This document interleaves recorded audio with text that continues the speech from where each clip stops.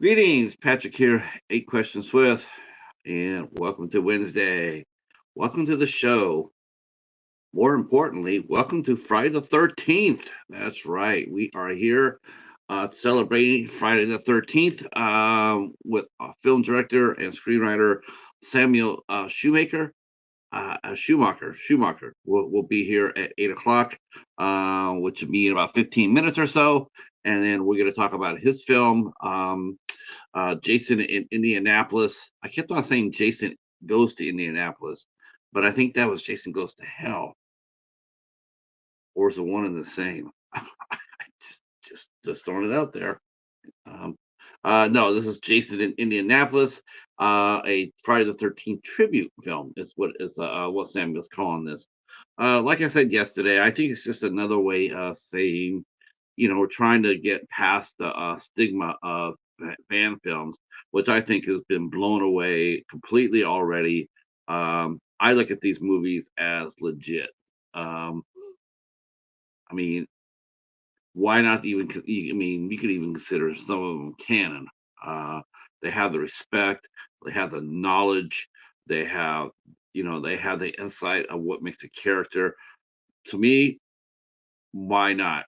If someone mentions a good Friday the 13th movie, I don't hesitate. I tell them about the fan movie that I reviewed, Friday the 13th: An Origin of Evil, that was directed by filmmaker Francesco.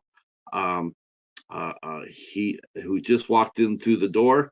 Um, Francisco made a tremendous Friday the 13th film, Origin of Evil. I consider that, especially the first two parts and the third, but the first two parts, oh yeah, it fits. It fits between the first Friday the 13th and the second one. What Jason's been doing, how he got up, how he grew up, things that he did, very much in line with what we talked about, and when we did our Friday the 13th overview on the Midnight Society, and then come back and see someone sees the same thing that we saw and put it in play and put it on film. So a way I look at it is this could be very exciting to see. We're going to be talking to Samuel about this, and like I said, his movie has some heavy hitters in it. Uh, it definitely does. Um, so Samuel's playing Jason in this film for one thing. He's director and screenwriter, uh, but he's got C.J. Graham, and he's got Mel Heflin. He's got Beatrice Boepple. He's got Heather Harlow in it. Actually, he's got a young actress that I am perked up about, Anna Exenden, who I'm curious to see how she does in this movie. And he's got some other he's got some other friends that come in and stepped in and to help out. So basically, not only are we going to be talking about Samuel's movie tonight, we're going to be talking about we're going to be talking this about Friday the 13th in general. Um, it's been a minute since we've actually had a good discussion about it. So why not have a good discussion with somebody who loves the character, as enough to make a movie about it. Same thing goes with Francesco, who yesterday just told us that he'll move his third part of his third film in his trilogy, a Face of Evil, Origin of Evil. Oh God, um, it cost him over $15,000 to put together. That's a lot of money. It's a lot of money. Um, all right. Uh, Hi Anthony, how are you? How are you? Uh, yeah, I know. I'm hoping everybody feels that way too, Francesco. I hope people come out with this. It's gonna be a lot of fun. And Indianapolis is not terribly far away from where I'm at. He's in Indiana, and I'm in Michigan. So let's see. Let's see. Let's see.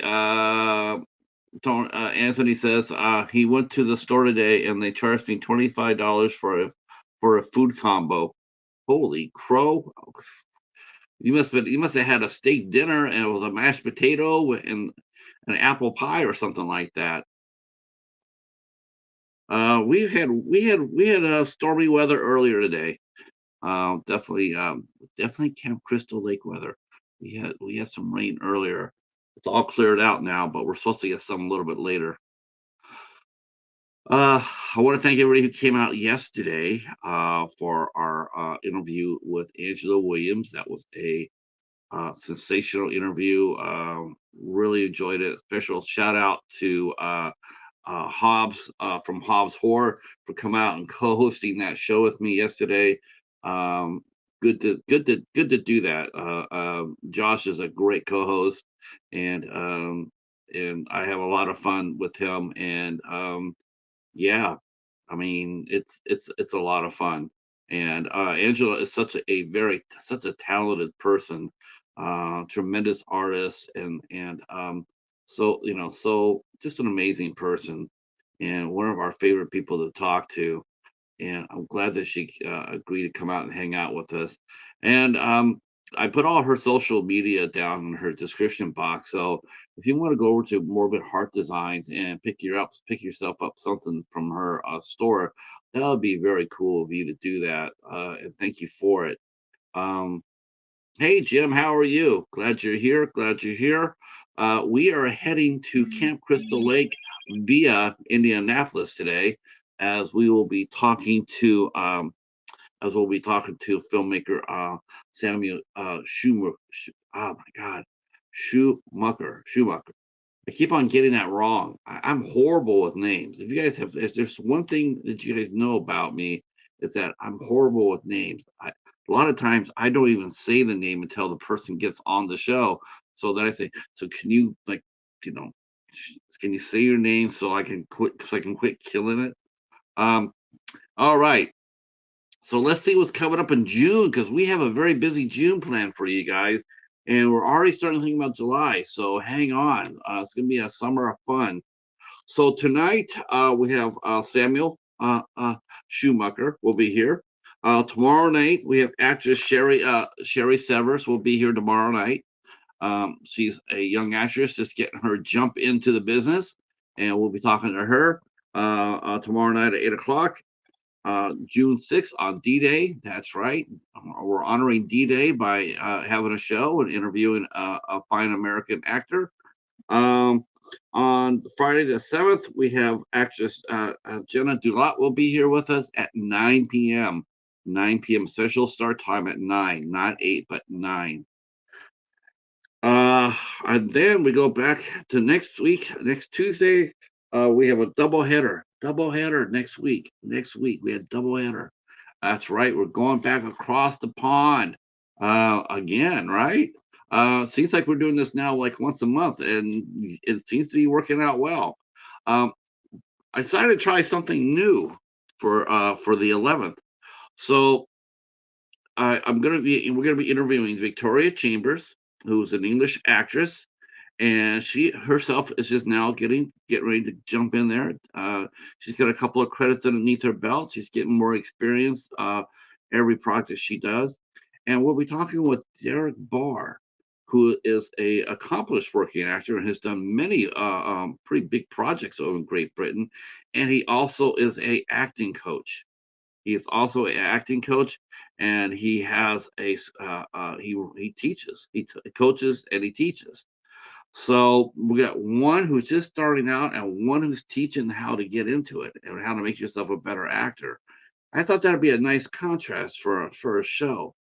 So I asked them to each come on, and so we're going to be talking to Victoria and Derek together next Tuesday, and then for the nightcap, on the regular spot, we'll be talking with actor Dar Dixon.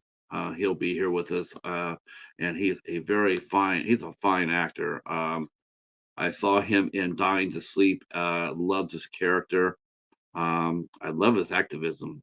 I will tell you, next Tuesday could get a little sassy because we're going to be talking a lot of things, and I'm not I'm not shy. You guys know this. I'm not shy about talking about things other people are a little bit, gun shy to talk about. But Dar isn't either. Dar is Dar's not afraid to speak his mind, and he has a lot to say, and we definitely going to let him have the platform to talk about it. It's going to be interesting. It's going to be an interesting show, and that will be, of course, at 8 o'clock. All right, on June 12th, we rescheduled the band Camp Crush.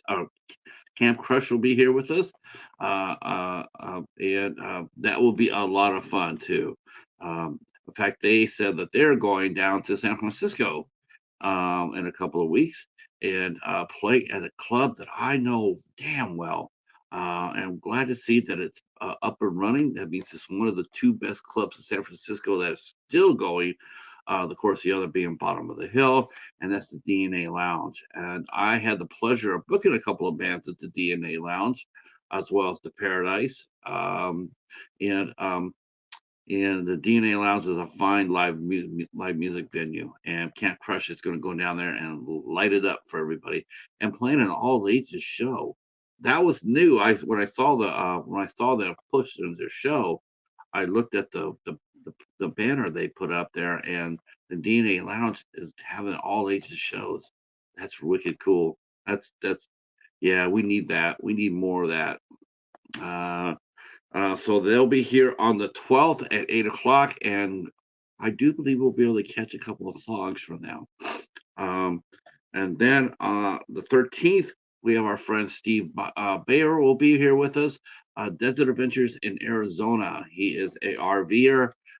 He's a fine gentleman, one of the most generous and most kind people in the community, any community that you could walk into. He's a very nice man, and like I said yesterday, I should have had him on a long time ago, because he is a very cool dude, and I'm so happy to have him on here and talking with us on Thursday the 13th. Um, okay, what's going on there? On the 17th, we had to reschedule our show with the cast and crew, Webster County. We'll be talking to the cast and crew of this new movie. In fact, I got to be doing that tonight. They are led by our good friend Michael Menard. He is now making his next movie with his producing partner, and we'll be talking about that. We'll have some of the cast and crew on the show as well, and we'll talk about the process of getting the movie made. It's more difficult than ever now for that to happen. Though it does seem that things are starting to pick it up a little bit. I'm starting to hear rumbles of people getting together projects, filming projects. So hopefully, as it heats up, more and more people will get busy. Hey, there's Dell right there, king of the movie swap, tremendous content creator, lover of all movies, movie swap. Like I said, the master of the movie swap. Me and the Cheetah were guests on that show.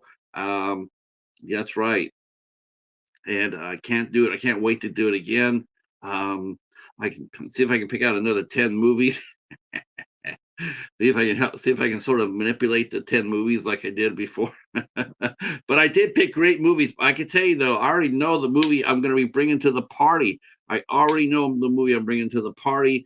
If the Cheetah ever gets a return call, we are springing it on everybody right now. Everybody's talking about In a Violent Nature. Everybody's talking about that movie now. And normally, as an IFC fanatic, I'd be all over that. As a matter of fact, I am jazzed, and I want to say to AMC, like, what the hell took you so long? But In a Violent Nature and Late Night with the Devil, which is actually returning to the screen on June 6th, to the big screen on June 6th, are the two biggest releases that IFC Films have ever done. This is the first time they've ever released their films on a national level. First time. And we're talking like over 1,000 movies, boys and girls. I think the only other movie that came close to that as far as ISC at a mass release, there's two movies I could think of, um, but they weren't scheduled to open a wide release. Word of mouth got them there. My Big Fat Greek Wedding was one of them, and of course, Skinner Morenik was one. But as far as a scheduled wide release, Late Night with the Devil and In a Violent Nature were the first two. They're the two widest releases that ISC Films has done. But right when one of the best horror films of the year, In a Violent Nature, has come out, and normally I'd be all over that talking about it. Last year they had When Evil Lurks, awesome movie. But I gotta tell you guys gotta look to Cinephobia because that's where the movie's at. That's where the horror movie's at. The horror movie of the year. That's where you need to go. Let's see. Jim says he likes. Hi Betty, how are you? How are you? Oh, thank you, Dale. I appreciate that. I had a lot of fun.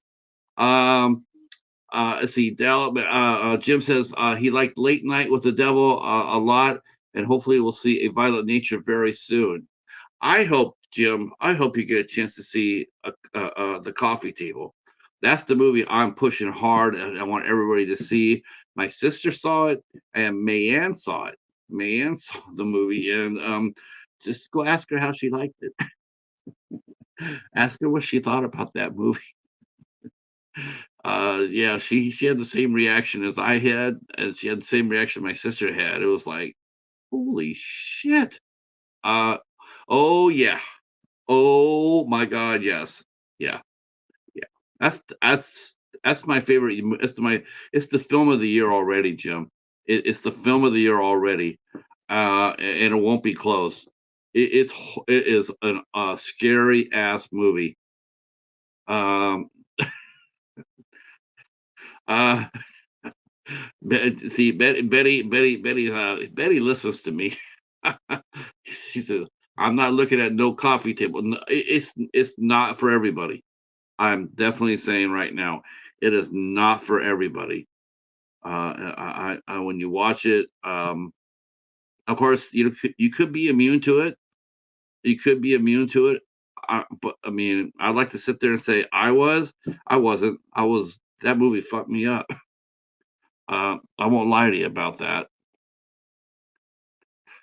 All right. Our guest should be coming in here momentarily. Let me make sure that he is not lost on our way in. Let's see.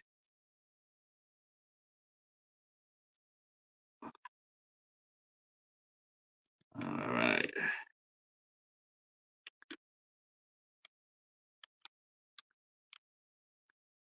Um, I don't know. You know, I would be, you know what? I should have asked him for this. I wonder if he'll come dressed. I wonder if he'll come dressed in costume.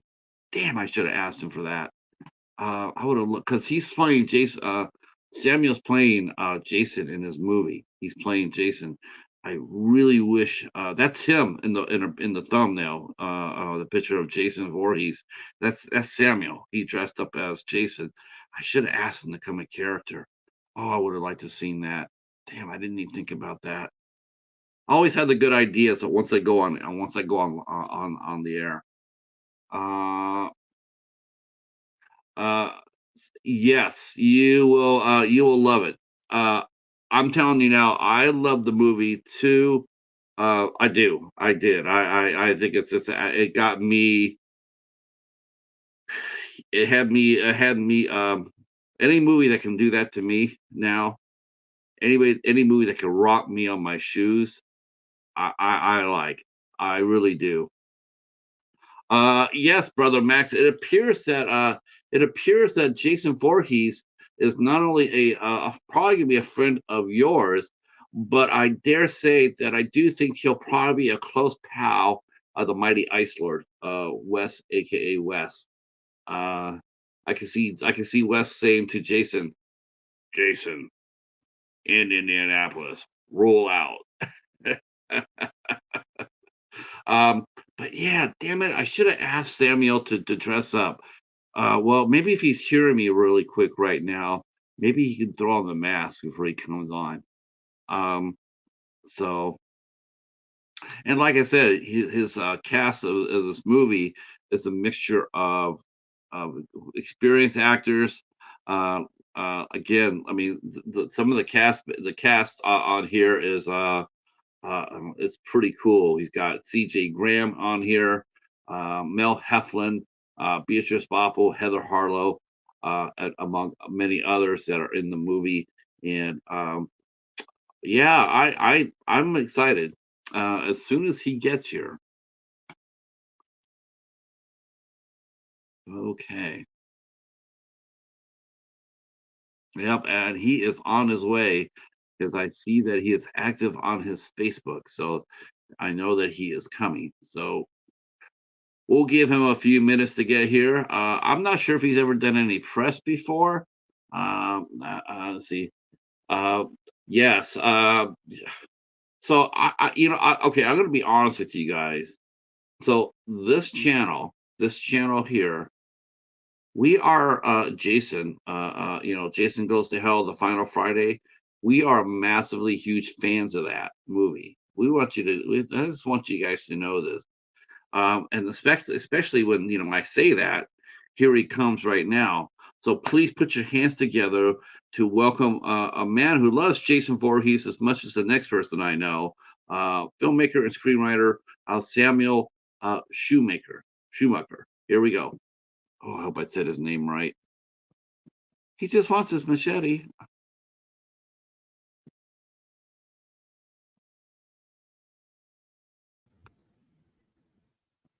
Ta-da! All right. How you doing? Good, good. You know what? I'm sitting here talking, and I'm talking to the chat, and I'm sitting here and going like, I should have had him. I should have had you come on as Jason. I should have had you dress. I should at least have you wear the mask. I To got talk. it. Well, hell yeah. You know what? Throw on that mask. Let's see this bad boy. Go out to the car and Right. get my mask out of the back seat. So look, he's got it. He's got it in his back seat. That's hardcore right there. So Keys are in the bedroom. that's hardcore. That is hardcore. Uh, Yeah, now, I now, so welcome to the show, and I'm glad you're here. Jason in Indianapolis. Wow, it seems like this is gonna be like a love affair. It seems like obviously, obviously, Jason must be your guy, right? As far as horror icons, horror franchises. Uh, he's your boy, right? he's the one that I chose to go with because he doesn't speak and he handles his business and just gets right into the point. Doesn't mess around. He's not one for subtleties. Uh, uh, I'm gonna. The chat is here with us. I want to say I'm gonna acknowledge people as they come on in. Jim is applauding the fact you are here. Joe is here from the Indie Escape Network. Good evening, sir. Good evening.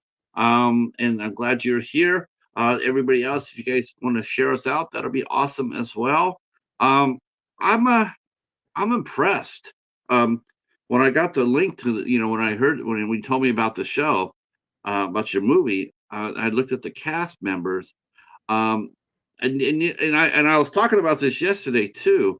You have your movie titled, Jason in Indianapolis, a tribute, a Friday the 13th tribute, and why did you call it a tribute film instead of what most people would call a fan film? What does the term fan film mean to you versus a tribute film?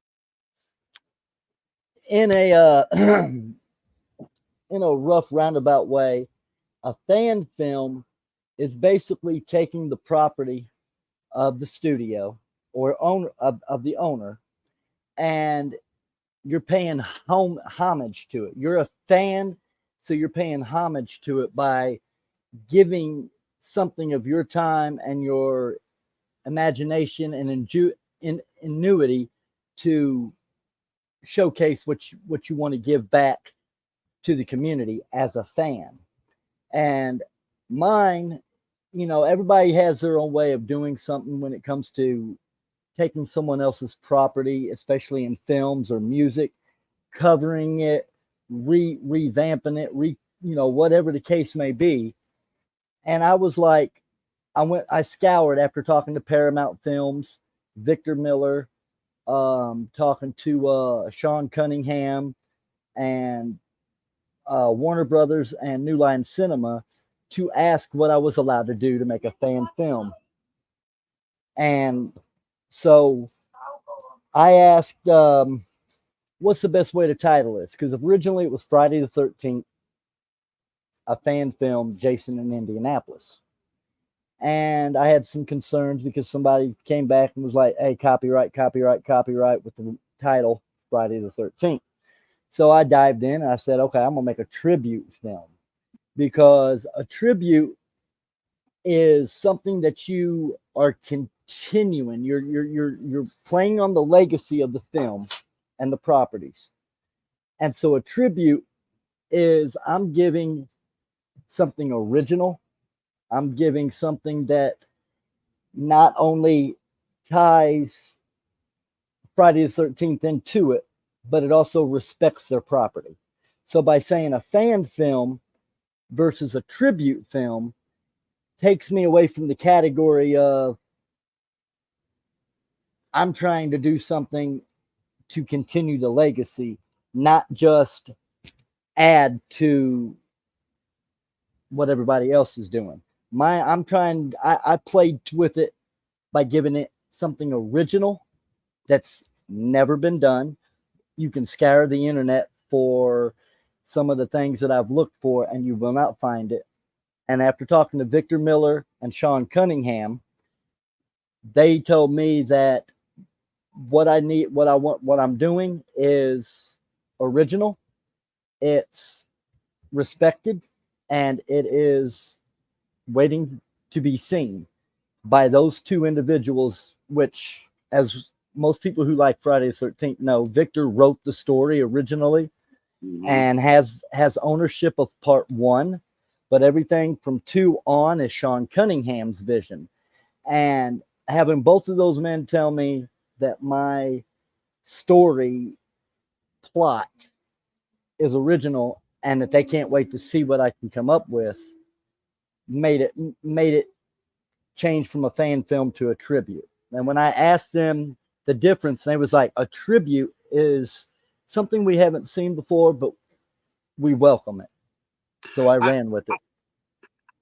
To me, because I've seen a few fan films, and quite honestly, I gotta say that every fan film that I've seen has been an original. There's nobody there.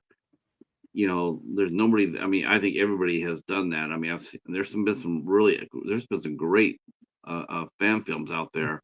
True, but when you look at at the story of the fan films, it just plays on what's already there. Like they just play with it and move it this way or move it that way. Mine adds to the canon, adds to the history. So that when I asked Victor Miller and Sean, when I was talking about Never Hike Alone or Don't Get Lost in the Woods and some of these other fan films, I said, they've got original ideas. Yeah. What would you category my script as? And he said, Sean actually wrote back and said, your script is an original part that can be added to the franchise and give more history to the past. And you said you talked to Paramount Films, and it does seem like, in many respects, it does seem like the studios are, they are relaxing a lot. Before a movie like this would come out, and you would get hit with a cease and desist letter, right away. As soon as you titled your movie, you would get that. But it seems like studios are going like, okay, we don't mind you, doing the movie, within certain boundaries. We don't mind you doing these movies, at all. Except that you can't make any money doing it. No. You know, and of course, that's the bane of the existence of doing either a fan film or a tribute film, is the fact that it is 100% a labor of love. I mean, it's all it is. You're not going to, you know, it's just, it is what it is. And there is a gentleman, his name escapes me, but, and I mentioned this yesterday, but he mortgaged his house to make his Friday the 13th film. I haven't spent no money. I mean, I've Um, spent some of my personal money to get a few little items, but everything involved in my film has been voluntarily contributed by that cast, crew, uh, prop designers, costume designers. They all contributed to the film voluntarily, knowing up front that I was doing a non-paid tribute film. you And know, and I think people respect that. You know, we've seen that before. I think, I think your love of the character, your love of the film, it comes through. And I think for you know, like I've seen this with Star Wars movies. Uh, um, I've seen this with Star Trek movies. Star Trek movies. I mean, Star they'll even Trek, you go out. can't do nothing. Well, I mean, yeah, it's You tough. have to pay for it. Yeah, I was gonna do one 2 years ago when I sat down and I wrote to Gene Roddenberry's daughter and the Roddenberry Foundation, and they was like, you have to pay a fee to borrow the property rights because they won't sell the rights. They lease the rights. It's how these new films and TV shows are coming out. They lease it, and then you're required to give them the script and everything and let them, yeah, okay, this is good, run with it, or no, no, no, we ain't doing this. And no, like you said, a cease and desist letter. My first thing was, I'm touching intellectual properties that are owned by some major, huge, multi-billion dollar companies.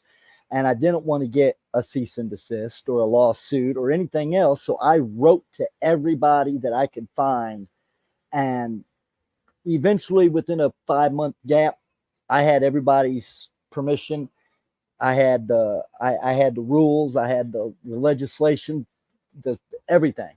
They gave me everything I needed to know how to make a fan film without anybody coming up and touching me. that's got to be difficult too, because you know, let's see, had, yeah, yeah. That's why a lot of the Star Trek fan films, Dell, if you notice the ones that are coming out now, they have one component that they add to give their movie off the ground. That is, they cast former cast members. Many former cast members have come on and done Star Trek fan films, which gives it an air of legitimacy.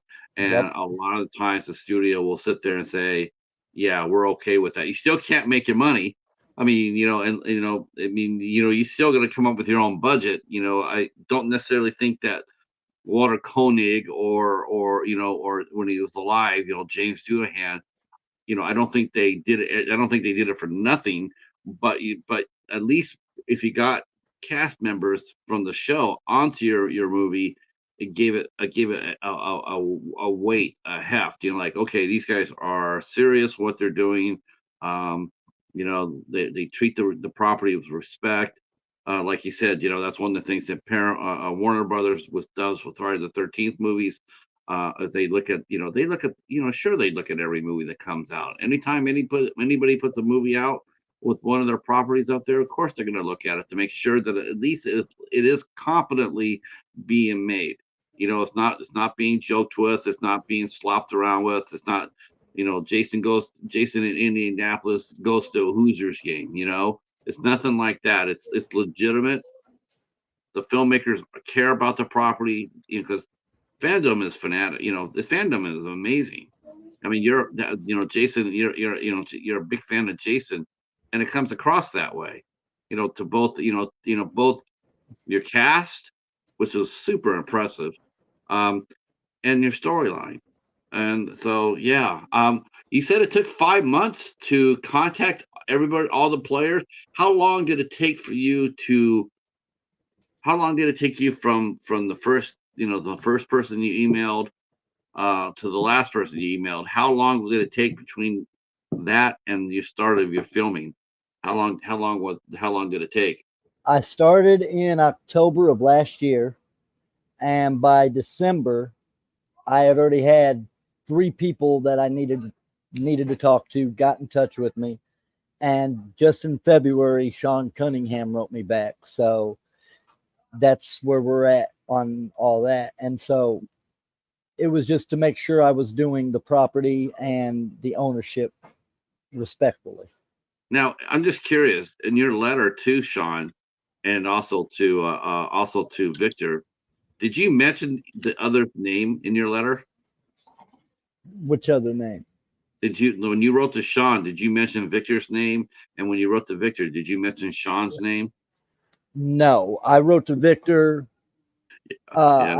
I ended up getting his information from a friend because I did security at a convention that he was at, and we talked for a minute. So I was able to pretty much get in real fast instead of a stranger getting in.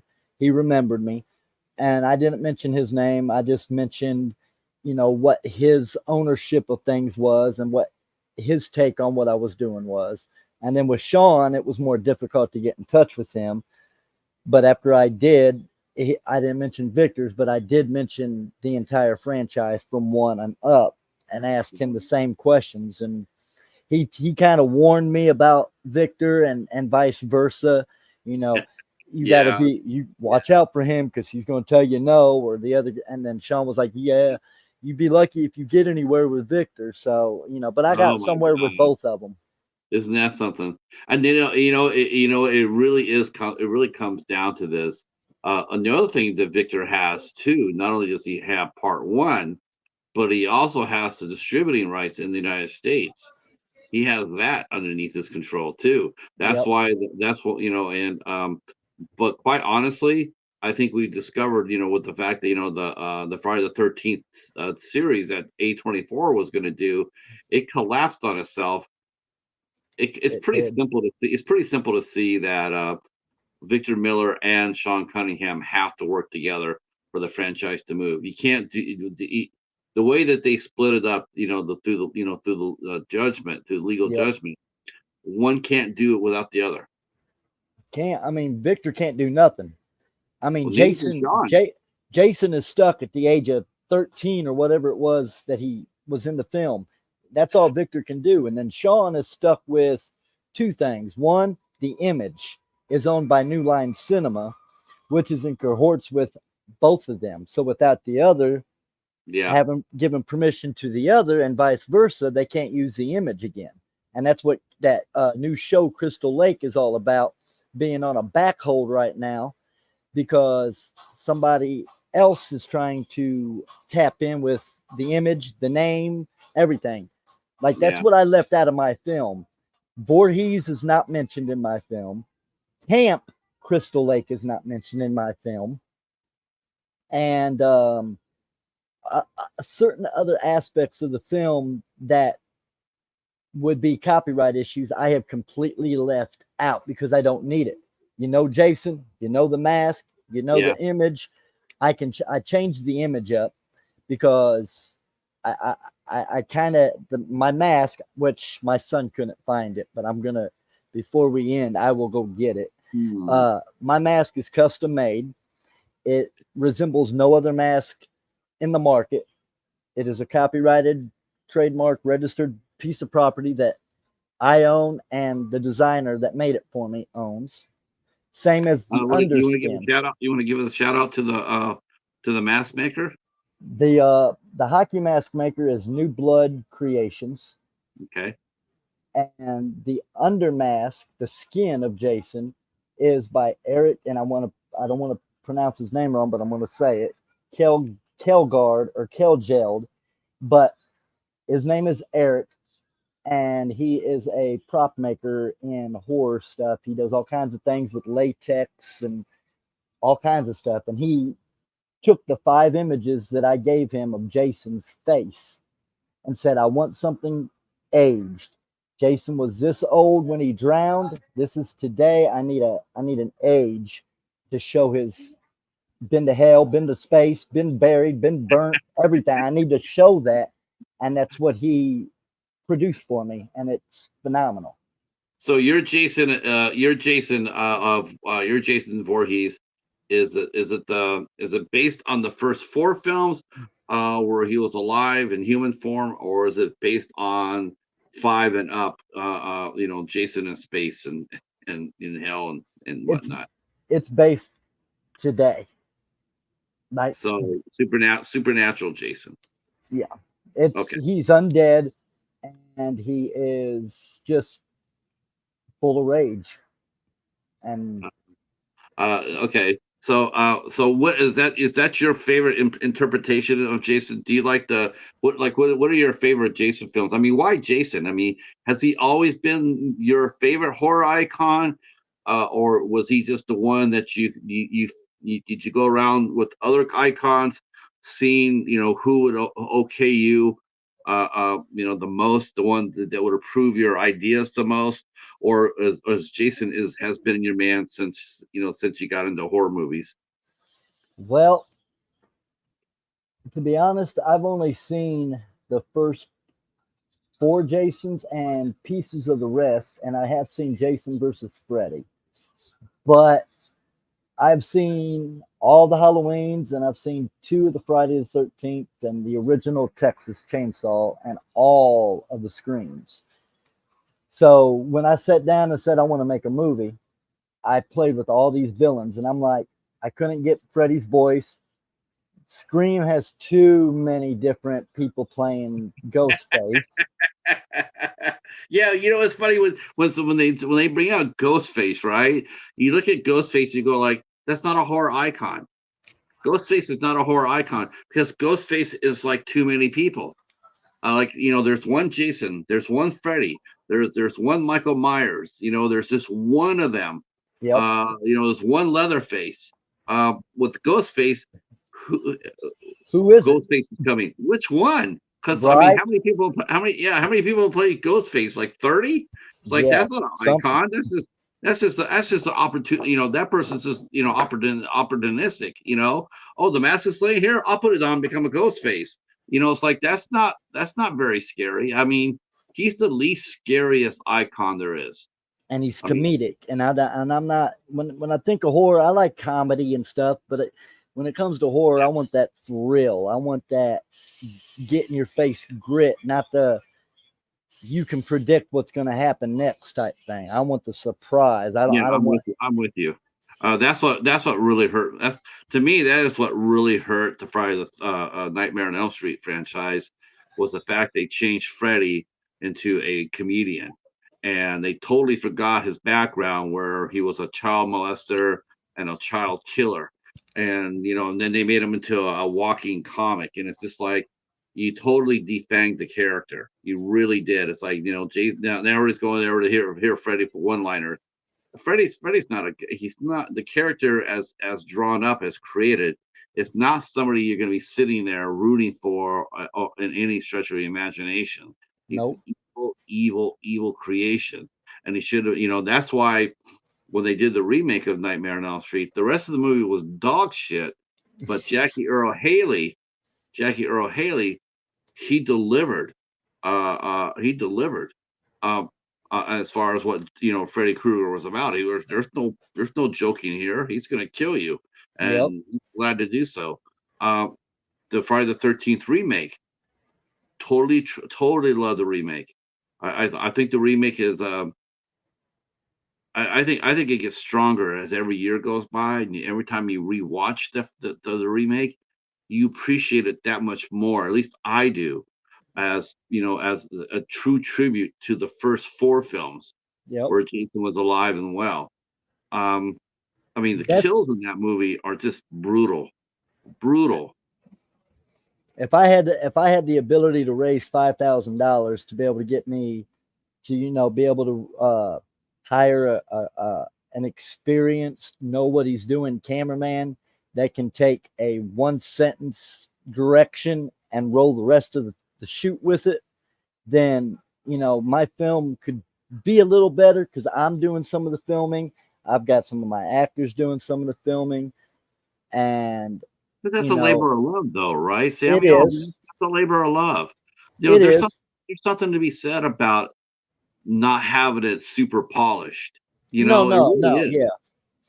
I had a Yeah. cameraman, but the day of the first shoot, he bailed on me because he didn't have a car.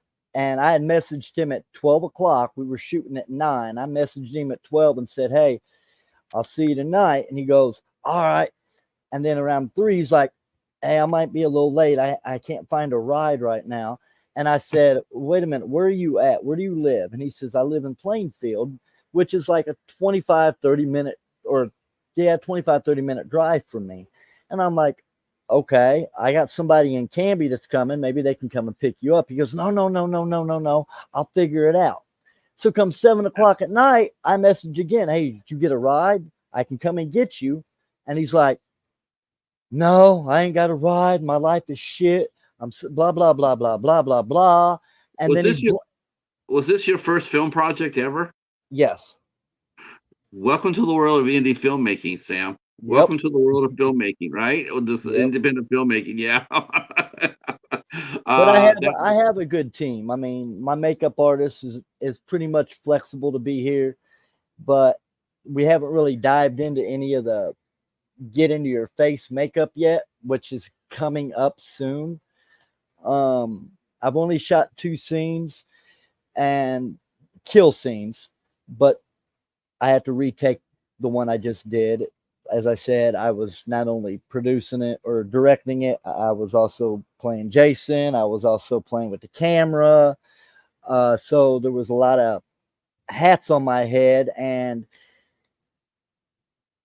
it has to be reshot. I need a few more people, which I've gotten them. I've got a date set, so I'm gonna have a big old cluster of people to help out and get it done the right way.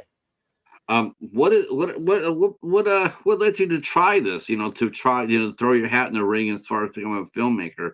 I mean, did you, you know, how did you come into the idea that you wanted to make a film? And did you talk to anybody about it before you did it, or did you sit there and say, and you mentioned that you went through all the different horror icons.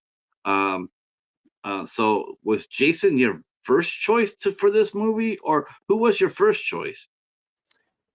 Well, I I had asked a friend who's a filmmaker if he needed some security for anything because 2 years ago I was doing security for whatever I could do security for. I done been on a stage with a couple different artists. I've done worked a festival. I've done all kinds of different things. And he was like, "No, but if I do, I'll let you know." A couple days later, he wrote back and said, "Hey, you want to be in this movie? I need somebody to fill in." I was like, "Yeah, sure." So I came down, we shot. My footage never got used in that particular part. But then he messaged, said, "Hey, I need to resurrect your character again for a an after scene." I'm like, "Okay."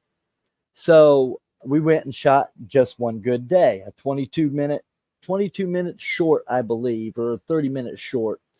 And that was my first time. And then I said, "Okay, I kind of like doing what I did." And so I looked around, looked around. I found another project called Detour. It's not out yet. Um, and went up to Valparaiso and I shot that. I played myself. I played a bouncer at a nightclub. And then I was in hashtag season 2 web series as an extra. And I just kept looking around, looking around, looking around. I couldn't find nothing. 6 months, 7 months goes by. There's nothing around here I can get into. You got to travel Now, in are you order. in Indian? Are you in Indianapolis? Is that the town that you live in? Yes. Okay, so Indianapolis, you had a hard time finding the film community there. Yeah, it's in Chicago, Louisville, Cincinnati, and Yeah. St. Louis are the closest clusters to get into things. But you have to travel there, do Yeah. your job, then you get paid. I ain't got finances to just travel 4 hours away, 3 hours away, and hang out for 10 hours and to get a $200-300 payday. I don't have it like that. So I Right. said I'm going to make my own film. I went and I scoured YouTube and I scoured some websites on how to make a film and this, that, and the other.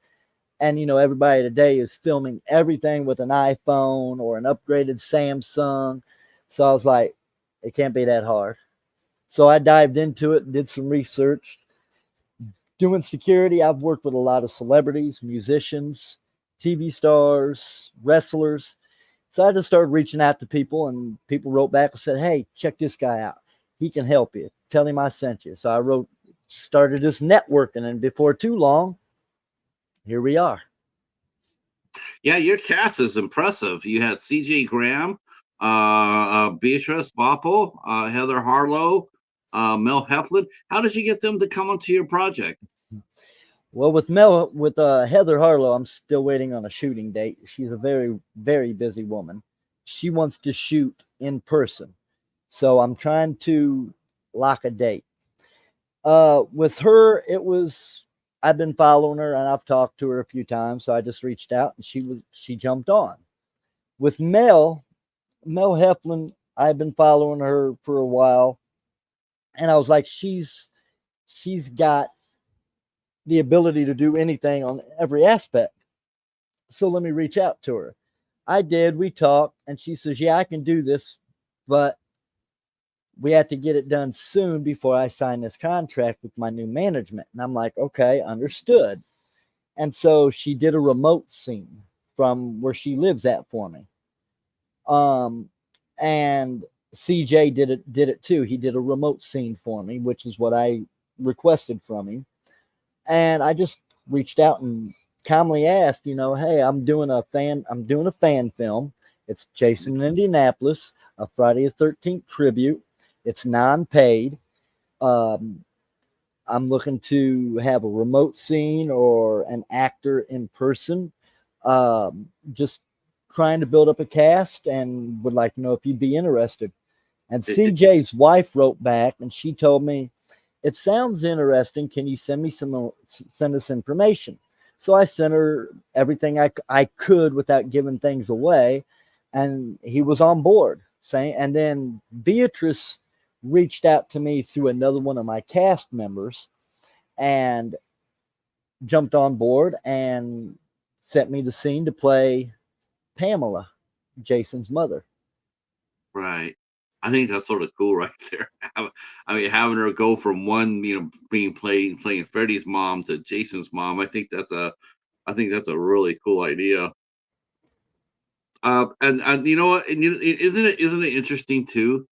Like you tell them that you can't pay them for this movie. You can't pay them versus something if you came and you had your own original idea, and then you would be they understand that you can't pay them because like I said, a lot of these movies it's just a labor of love, and if they do get paid, they get paid from the filmmaker who has no hope at all of getting his money back. I mean, once if your budget's $20,000, you're going to spend $20,000. You're not going to be recouping it. It's gone.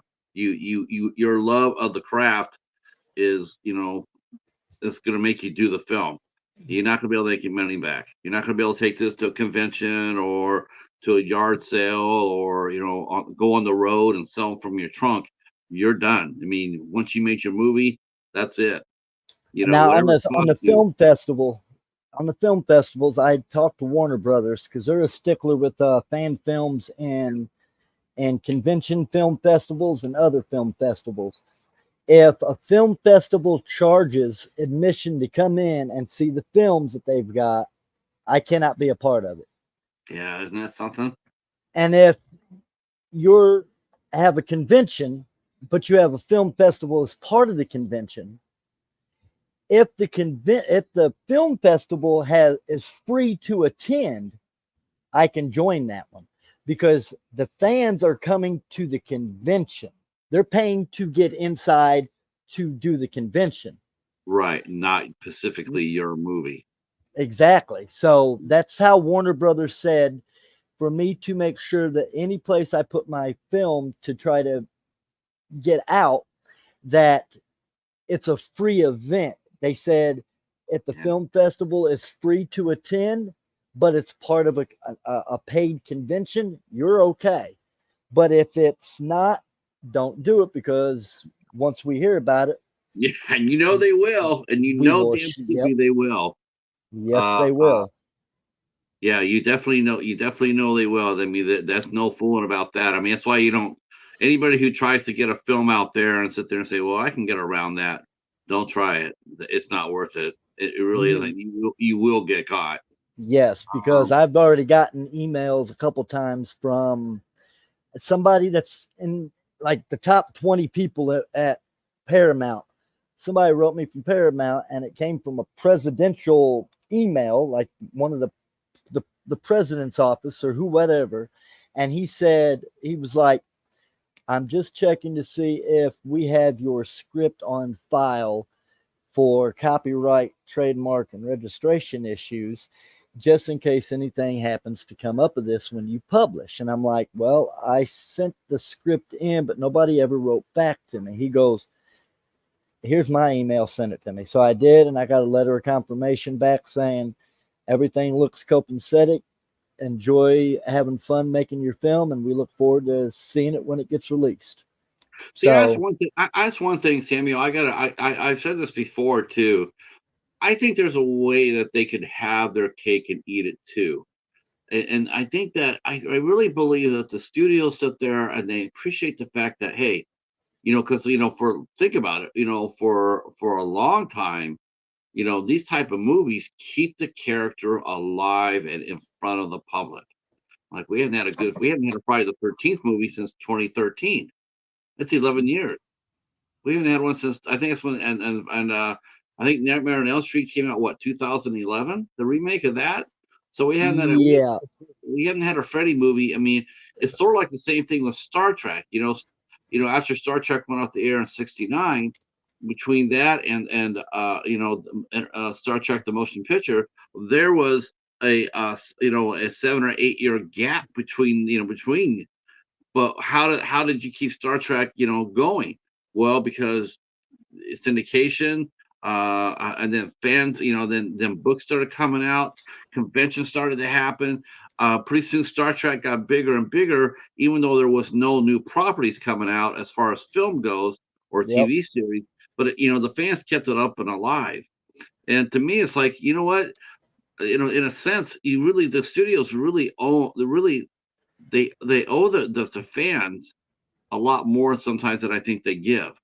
Because it's like uh, uh, they kept the property alive. They kept the name in the public eye. So to me, it's like if you make a fan film or a tribute film in your case, and the film is if the film is competent, if it's competently made. I'm not talking about just me with my camera running out there, shooting a couple of people running around in a mask. I'm talking about if you take the time and you have a script and you have some actors and whatnot, and you make a decent, competent film. I don't understand why a studio can't sit there and say, you know what, and send me your budget, send me send me the budget. Okay, well, I spent $15,000, and here's my itemized list of what I made, of my expenses. I don't understand why a studio doesn't just sit there and say, listen, here's what we're gonna do. Uh, we're gonna go ahead and take the first. You can sell the movie. You can sell it off. You can sell it off a website. You can sell it off a convention. But you have to give us an itemized. You have to tell us exactly how much you sold, where you sold it from, and how much. We'll take the first $30,000 that you make. I know it's a little high, but just go with me on this. We'll take the first 30,000. Okay. Then after that, then we'll go 50-50 for the next 25,000, the next 30,000. We'll go 50-50. That right there allows the filmmaker to recoup his money. Then you can go there and say, and after the 50-50, then we'll go back to maybe like 80-20. Studio gets 80%, you get 20%. So now they're still making money. And now the filmmaker has a chance to not only make money back, but now actually make a profit. And I don't understand why they, up to a certain point, let's say it's up to 300,000, then it repeats itself. Um, that's what That's I don't understand why that doesn't happen that way. Well, You with know, Friday, they can't do that. because of the lawsuits and everything in court right now. Yeah, well, I think if they did, I think if they had actually come up with an idea on how to do that, how to compensate. I'm not talking just like anybody who could do it. I mean, Yeah. because there's a filmmaker sitting there listening. If we open the doors like that, we'll get 1,000 people doing fan films. No, Yep. just like anything else. You look at the movies, you look at the cast, you look at the professionalism, you look at the effects. I mean, I saw a short film today that looks like it looks big. It's big. It looks big. It has awesome special effects, great cast, 30-minute short film. It looks money. It's one of the best things I've seen this year. As long as the film is made with competency and with love and respect, then let's say it's a competition. We're going to go ahead and you can submit your film, and we'll take our favorite 8 movies, and and go back and do what they were doing. They used to have the 8 movies to die for on Halloween. They had those movies come out. People will submit their 8 movies to Lionsgate, and then they would, every Halloween they would do that. They would have, Yep. yeah. If they did that with some of these properties, it keeps them in the public eye, and it helps you because it makes you a better filmmaker. Uh, and I just don't, and you can make some money off of it without going overboard. It makes you some money, recoups your cost of your production. I don't see how that doesn't work out where it would help. It helps both the studio and it helps the filmmaker. Um, I just I love the fact the idea because 15 years ago, 20 years ago, you and I wouldn't be talking about this because you never get off the ground. Nope. As soon as you had that mask made up and you put it over your face and you put a video out on if you put a video out on YouTube with just you wearing the hockey mask, you probably get a cease and desist right there. I Yep. mean, you probably would.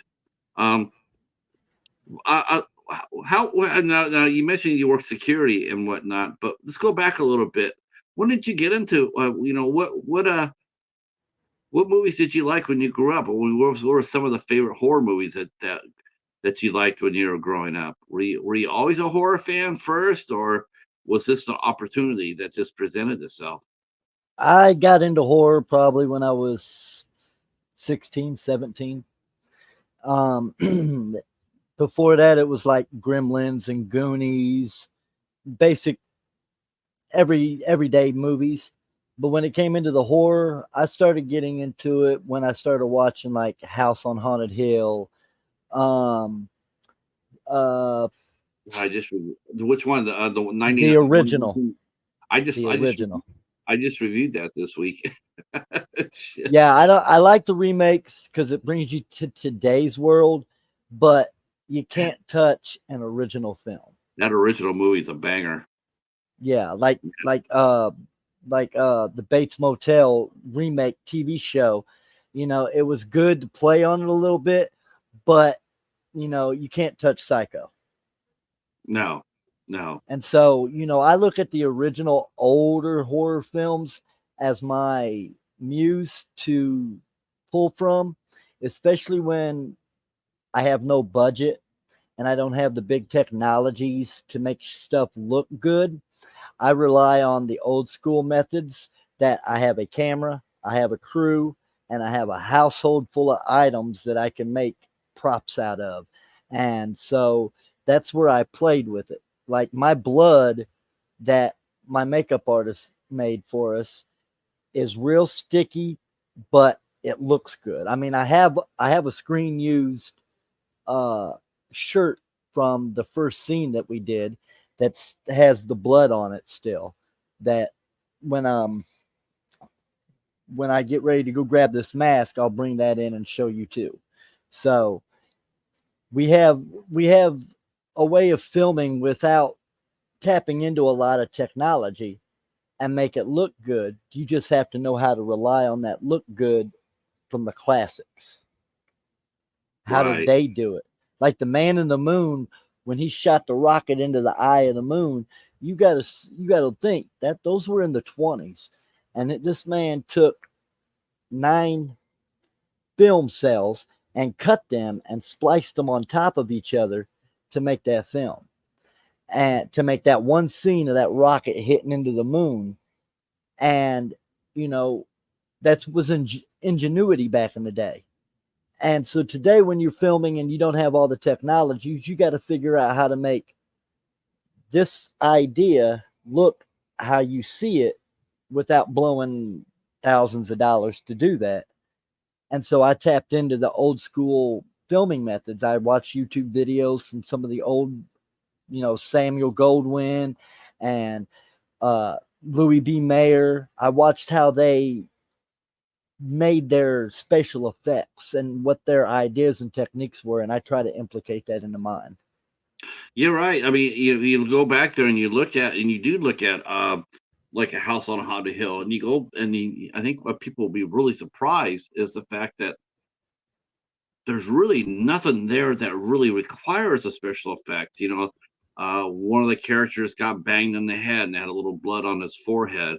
Um, the part where Vincent Price's throws both his wife and her lover inside that vat of acid. We see a little. We saw that we saw the skeleton. Um, but that was really it. As far as special effects go, it was all about atmosphere and suspense, and it was, and good dialogue. um I mean, it just proved that you don't need to have a $10 million worth of special effects. You can get away with a lot. Yeah. Francisco, I'm not sure if he's still here. He's a filmmaker from Germany, and he made a Friday the 13th film too called Origin of Evil. And his movie is very much like that. It's very thin as far as effects go, but it does not take away at all from the punch of the movie. His movie is really dynamite. He got great actors. He's got he did his shoot on location outside in a forest. I mean, it looks much bigger than what the budget is. I mean, it looks big. It's really, it's impressive, and I can see you doing the same thing. Um, now, what did you shoot it on? Did you have your own camera? I mean, how did you get how did you get past the part where you lost your cameraman before your first day? Um, did you learn how to shoot a camera? I use an iPhone 14, Okay, okay, that and worked. it works phenomenal because I have a video camera, but the footage that you capture with the iPhone's camera compared to the the camcorder is 1,000 times better because the iPhone 14's got everything built into it, so it looks better. And then when I put it into my editing program, I can tone everything down. I can make it look like it's from the 1920s, or I can make it look like I can give it more pop to make it look more fresh and like you're watching it live and not on TV. And Right. so I decided to stick with the iPhone to use it. And I have my phone, my extra phone that I use to film everything and photograph with. Now, how now? I understand the movie is you're still filming some of it. So, how much of the film is completed? I mean, when will we be able to see the full length film once it gets done? It will be out on my YouTube channel in September on the 13th, which is a Friday. Um, and I will be getting some other people who are involved to help me stream it other places that doesn't cost me or tamper with the property financially. So it'll be out on September 13th this year. I've got 2 of the kill scenes done. All my remote scenes are shot. So I've only got about 11 more scenes to shoot. That And the idea of doing things remote, I've seen that before in a lot of independent films. That's an interesting aspect to do it. It's really a cost saving measure. I've seen that before. when anthology films, they'll go ahead, they'll contact 8 or 9 actors, and then the actors, here's what I want you to do. I want you to film yourself, you know, outside running, running around the house, or you're a reporter or whatnot. And then they film their own little segment. They send it back to you, and you have to edit it into your film. That's really a innovative idea, because you can't fly to Los Angeles or wherever CJ Graham is or Beatrice is. You can't fly out there and film them. You can't have them come out to see you. But you can have them do it remotely like that. I think that, especially with the technology now, like an iPhone, I think that gives an independent director, especially someone who's new, like such as yourself. I think it helps even the playing field. I think it allows you to do. I think it allows you to do things that normally you wouldn't be able to do. Yep. That's a really good idea. I like it. I think it's clever. Uh, but of course, the real trick is to edit it. Have you started editing the film? And do you have an editor, or are you doing that yourself as well? I have I have a podcast that I do every 2 weeks, and the production team on that is going to be helping me with the majority of my editing. I'm doing 95% of the work. I'm getting it shot. I'm getting it cut where I want it cut at. I'm placing it where it needs to be placed, and then I'll send it to them and let them review it, give me feedback about what they think should be done, and then that's where we'll go from there.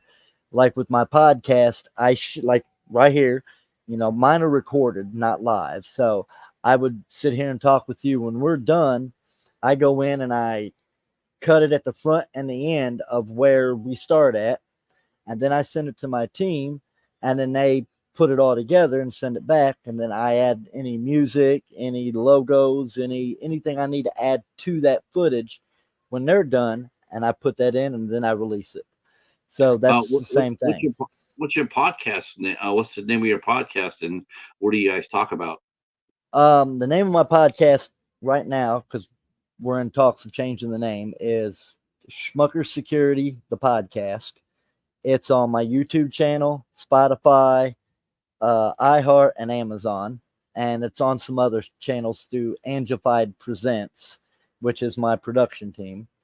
We talk about everything from security, movies, TV, wrestling, authors, uh, boxing, motivational speaking. Anybody that's got an interesting story that I think should be put out there, like a guy I'm getting ready to interview soon. He's an exonerated uh, murderer. He spent a lot of time in prison for a murder he didn't commit. He was exonerated. He is now an attorney, and he's helped get some laws changed in the United States. So his story is very inspirational, coming from someone who's been to prison and done a total of over 20 years in Are you my talking about early. yourself? Yeah, I did 20 years total in prison for stealing cars and being stupid when I was a young 18, 19, 20-year-old. Okay. And so his story kind of touched heart, because when I was in prison, I was a legal clerk. I did law work for people in there. And I've gotten several people out of prison by doing their work for them, and finding the mistakes that they didn't know was a mistake, because they had a public defender that just was trying to get them a plea agreement and get them out of the case. So I was able to hear his story, and I was like, hey, this is inspirational, because you did time for murder and you fought all them years to prove your innocence, and you finally did. And you didn't just come out and go back to life. You came out with what you've went through, and you became an attorney because you studied all these years to fight your case. You become a master at legal research if you're in prison and you are trying to fight your case. Sure. So he comes out, he gets his law degree, he gets some laws changed. That's an inspirational story for anybody that hits rock bottom and doesn't know how they're going to get out of it. Just like my last podcast with Steven Sparks. He had messed up surgeries and things when he was a kid, but now he's a grown man and he's boxing, he's acting, and he's a motivational speaker. So I wanted him on my podcast to talk about that, and that's what we ended up doing. And I have musicians come on that I know that I've worked with, and um, I've got some people coming up that people are going to know who they are when I make the announcements. So I'm trying to I'm trying to wear a couple hats. Like I do photography, I do videography, I do security, I'm making this film, and I do a podcast because I got to keep my hands busy and my Yeah. mind going. If I don't, I end up getting in trouble. And I got 4 kids, I got a wife, I got 2 grandbabies. One was just born this morning. So, um, Congratulations. thank you. Yeah, she If you gave don't mind me asking, how long have you been out because it sounds like you've been out for quite a while. I'm going on, I believe in August is either the 8th or 9th year. I got out in 2017, August 2017. Okay. Well, congratulations. I mean, when people come out, especially if you get convicted of a felony, um, it's so hard for them to come out, and you always hear that same old, like, get a job, and it's like, man, if you get hit with a felony conviction, it's not so easy to go out It, there, you know, like uh, like if you want to go rent stuff, if you want to rent something, or apply for a job in a production company or something like that, you have to put down your background. And it's like, wow, I see you served in jail. We can't necessarily use you. Well, why the yeah, hell not? If you taught yourself and you kept yourself out of trouble for the last 10 years, and you turn around and you learned how to do certain skills while you're out, and as long as you're not like stealing cars. Okay, yeah, yeah, that's stupid, but it's not the same as if you hurt somebody, or if as far as physically beating somebody, or swindle somebody. Stealing cars is something, I agree with you. It's a stupid thing, but I don't think it should be enough to crush your nuts, for moving forward in life. Um, no. See, most people don't see that. They just say, "Hey, you got to go get a job." it's not that. McDonald's ain't hiring you. Yeah, There is so many companies that people say, "Hey, go get a job here, go get a job here." And when you go, you get the application, and it tells you for discrimination reasons. Uh, just because you've been convicted of a felony doesn't mean that this is going to harper your chance to have a job. We're an equal opportunity employer, but when you turn that in, you make the phone call. Here's the thing: I've done every application for every type of job you could possibly think of, even street sweeping with a broom and a dustpan in downtown Indianapolis, and I was told no because the spot was filled. And I asked him, I said, "How was the spot filled? You still got a for hiring sign up and you still got stuff on the website, but the position's filled?" And he goes, "Well, truth be told, brother, in today's world, nobody's going to hire you if you're less than 7 years fresh out of the penitentiary." And I'm like, well, I dived into laws and I've seen that. And I'm like, you can't. There's no way for anybody to get out of prison and actually make it worthwhile for them to survive. You have to have support. And if you ain't got support behind you when you walk out of the penitentiary, you're going to be right back in the penitentiary. right, And I right. started working Steak and Shake in McDonald's or Pizza Hut because the person who owned the franchise Pizza Hut had a son that was a felon. And she was like, "That's all I hire. I only hire them because those are the hard workers that want to get back into society." Yes. And I popped up and I did that for a while. And then that's when I got my job as a security officer at a music venue. And they asked me to come because I was in and out all the time with pizzas. I was in and out in the green room. I was in and out with the artist.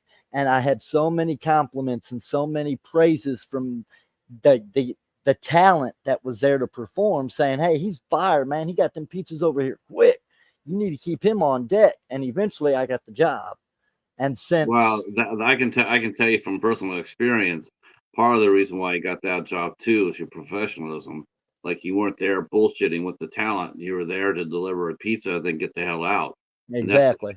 professionalism. I mean, a lot of times people come to those type of things where they see a band they know or and whatnot, and they'll sit up there and try to start a conversation with them.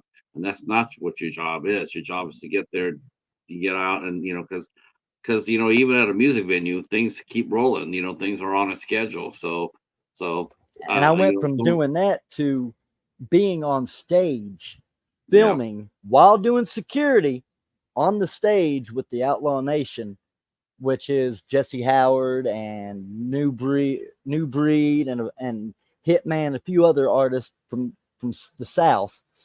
And then I went and did Jerry the King Lawler's celebration down in Evansville a couple weeks ago, and I got to mingle and sit and conversate for a long time with Jimmy Hart and the Hardy Boys and Jerry Lawler himself, and got full all access to these legends of wrestling to interview with them and to take photos. And, while I'm a fan, my professionalism showed through because I made contacts with these. I have tons of contacts in my phone, ranging from every type of genre and entertainment you can think of.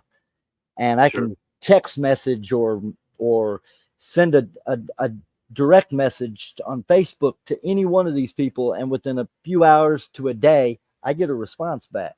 And I Sure. and so that's if you would have told me 5 years ago this is where I'd be at today, I'd have told you, man, take that to somebody else. And Yeah. if you kept pushing the issue, I wouldn't have believed you. We'd have been friends. We wouldn't have been friends no more, because my felony convicted mind was like, I'm gonna work McDonald's or Taco Bell or Pizza Hut or Kroger or some dumb, stupid, non-paying job for the rest of my life. And that one opportunity to work a music venue opened it up for me to go work over here and go work over here, and then eventually bounce into doing photography, and then now making a movie, like doing my photography. In 3 weeks of me starting doing photography, I've got 3 wrestling companies that have hired me to do their photography now. Now, after you finish, Jason, in Indianapolis, have you got any ideas about maybe doing an original film, something of your own, put your Yep, name on it? 2 of Um, them. do you feel comfortable talking a little bit about them? I mean, don't give me all the details, but can you tell us, what genre they'll be in? They'll both be horror movies. Horror is an easier aspect to film as an independent filmmaker, because when you get into drama or you get into romance or you get into a mystery, a lot of key elements have to be lined up. Like Yeah, with a that's true. horror movie, you can film a whole horror movie at a farm.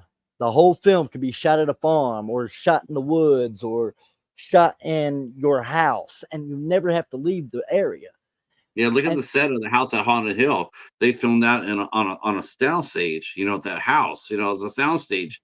What was that, like? Maybe like 4 or 5 rooms. I yep, mean, and look what they did with that. I mean, I mean, it's yeah. You're right. I mean, you can get horror movies allow you to cut corners on a lot of things. I mean, you could do like you said, you could set a horror film on just one location. I know one director who made a movie. He was in one location. He was one house. It was like a little barn next to it. He was there for 12 days making his movie, one location, and he had an A-list cast, and he made the movie in just that one. I was amazed by that. I mean, the only other person I've ever seen do something like that, they call it a water bottle, what they call it, a water bottle, I think it's called, where it's just on one location. It's just a bottle show, is what they called it. It's just on one location, doesn't go anywhere, doesn't really do anything, and you can have a dialogue. And, yep. Jack Webb was a master of that. Um, that's interesting. And My you're right. Horror movies are. Everybody says, we do horror movies because, we do horror movies because it's a easy genre to do as far as budget goes, and you have a fighting chance to recoup your production costs. And 'Cause and as long as you got an imagination, there's untold amounts of stories that anybody could tell with horror, uh, instead of romance. I mean, romance is a lot, but to do an original romance, you have to have a special mindset to come up with a storyline. To where in horror, you do, but you don't. You can turn you can turn my dog sitting here on my couch with me into a horror movie. yeah. Yeah, So romance. You're right. I mean, romance movies. It really is romance, like rom-coms and romances and dramas. They're basically the same stories over and over. What makes them more interesting is the pieces you use as terms of casting. yes, It's all about the casting. It's like what 4 or 5 people can we put together that have the chemistry to carry the same old plot over and over and over. And that's really, that's really what it is. It's like I've seen this movie before. The only thing that's different is the people playing the parts. That's yep, it. Otherwise, it's the same thing over and over. yeah. Um, yes, thank you for watching. Now your podcast comes out every other week. I believe I put that down in the subscription box. If I did not, I will fix that afterwards. Um, but Samuel, I want to thank you for coming out and hanging out with us, man. This was a lot of fun. This is a lot Thank of you. fun.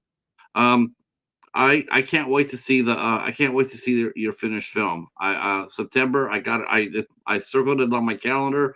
September 13th. I cannot wait to see it. All your hard work. Have you seen the trailer I just put out on Facebook the other day? No, I did not see that yet, but I will take Yeah. a look at it.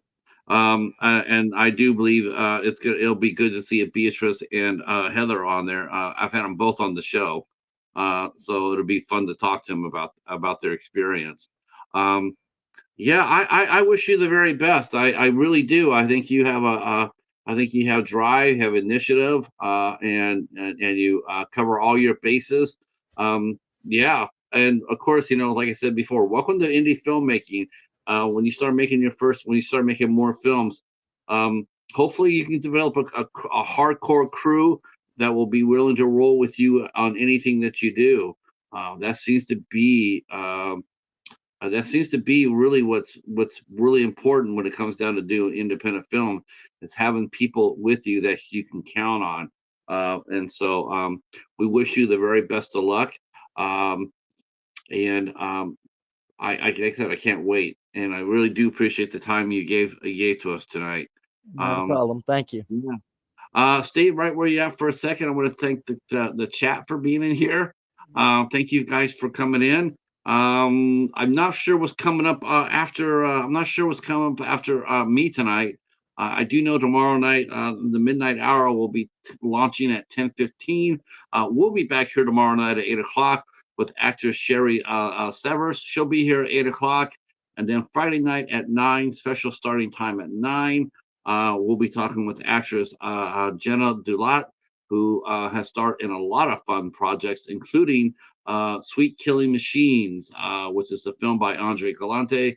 And she will be here on Friday at 9 p.m. Eastern Time. She's a terrific actress. And So thank you so much for your support. I really do appreciate it. And you can see Samuel has a